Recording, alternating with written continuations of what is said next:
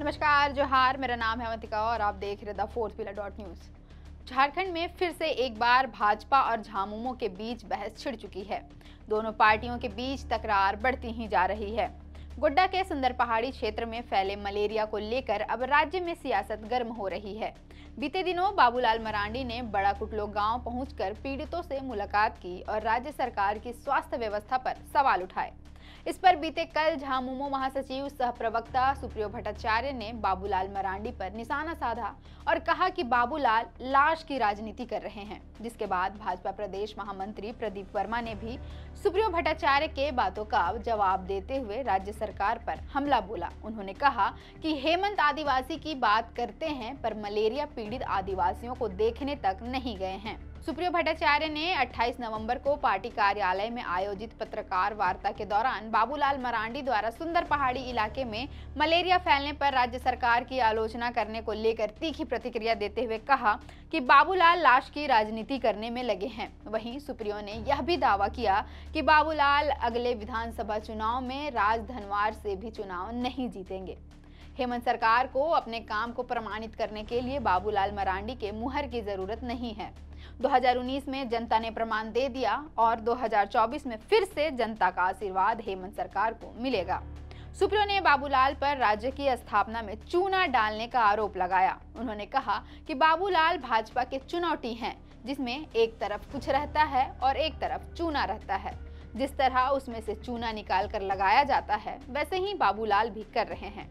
सुप्रियो ने बाबूलाल को बेरोजगार कहा और साथ ही यह भी कहा कि बाबूलाल राजनीति में प्रदूषण फैलाने का काम कर रहे हैं। भाजपा प्रदेश महामंत्री डॉक्टर प्रदीप वर्मा ने मंगलवार को झामुमो प्रवक्ता सुप्रियो भट्टाचार्य के बयान पर पलटवार किया है। वर्मा ने कहा कि झामुमो भाजपा प्रदेश अध्यक्ष बाबूलाल मरांडी की झारखंड की जनता के बढ़ते जुड़ाव, उनकी बढ़ती लोकप्रियता, संकल्प यात्रा की ऐतिहासिक सफलता से हताश, निराश और घबराया हुआ है। उन्होंने कहा कि मुख्यमंत्री अपने क्षेत्र के लिए एक जनप्रतिनिधि हैं, जहां की जनता ने उन्हें जनादेश देकर मुख्यमंत्री के काबिल बनाया और इस क्षेत्र के लोग उनकी सरकार की अकर्मण्यता से मरते रहेंगे, लाशें निकलती रहेंगी तो भाजपा चुप नहीं बैठेगी। उन्होंने कहा कि बाबूलाल मरांडी ने एक संवेदनशील जनप्रतिनिधि का धर्म निभाया है। जनता के बीच जाकर उनका दुख दर्द बांटना एक राजनेता का धर्म है, लेकिन झामुमो को यह लाश की राजनीति दिखाई पड़ता है। वर्मा ने कहा कि हेमंत सोरेन आदिवासी की बात करते हैं, लेकिन उनके क्षेत्र में आदिवासी समाज के लोग मलेरिया से मरते रहे और वे देखने तक नहीं गए। जहां तक बाबूलाल मरांडी का सवाल है तो वे उनके पीछे नहीं गए, बल्कि वहां गए जहां मुख्यमंत्री अब तक नहीं गए हैं। उन्होंने कहा कि झामुमो बाबूलाल मरांडी को चुनौती नहीं दे तो अच्छा है।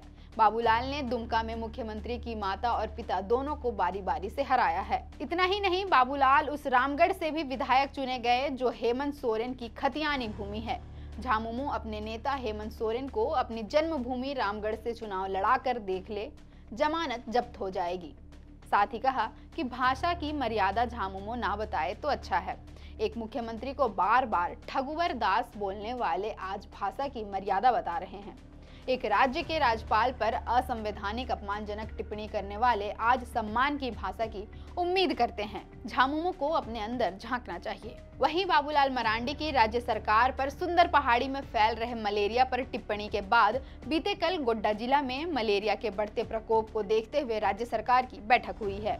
गोड्डा उपायुक्त जिशान कमर की अध्यक्षता में उनके कार्यालय में जिला स्तरीय टास्क फोर्स की बैठक आयोजित की गई थी। इस बैठक में सुंदर पहाड़ी और बुआरी जोर प्रखंडों के मलेरिया प्रभावित क्षेत्रों एवं उनसे सटे अन्य प्रखंडों के गांवों में मलेरिया के प्रसार पर नियंत्रण तथा रोगग्रस्त लोगों के प्रभावी उपचार की दिशा में सभी संबंधित पदाधिकारियों से विमर्श कर आवश्यक दिशा निर्देश दिए गए हैं।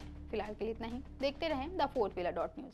अगर आप चाहते हैं कि हमारे वीडियोस का नोटिफिकेशन आपको बिना देरी के मिलता रहे तो आप इस चैनल को फॉलो और सब्सक्राइब जरूर कर लें। बाकी आप हमारे काम को लेकर कोई सुझाव हमें देना चाहते हो तो कमेंट बॉक्स में आप सादर आमंत्रित हैं। इसके अलावा हमारे वीडियोस आपको अलग अलग ठिकानों जैसे फेसबुक, इंस्टाग्राम, ट्विटर पर भी देखने को मिलेंगे, जिसके लिंक डिस्क्रिप्शन में डाल दिए गए हैं। शुक्रिया।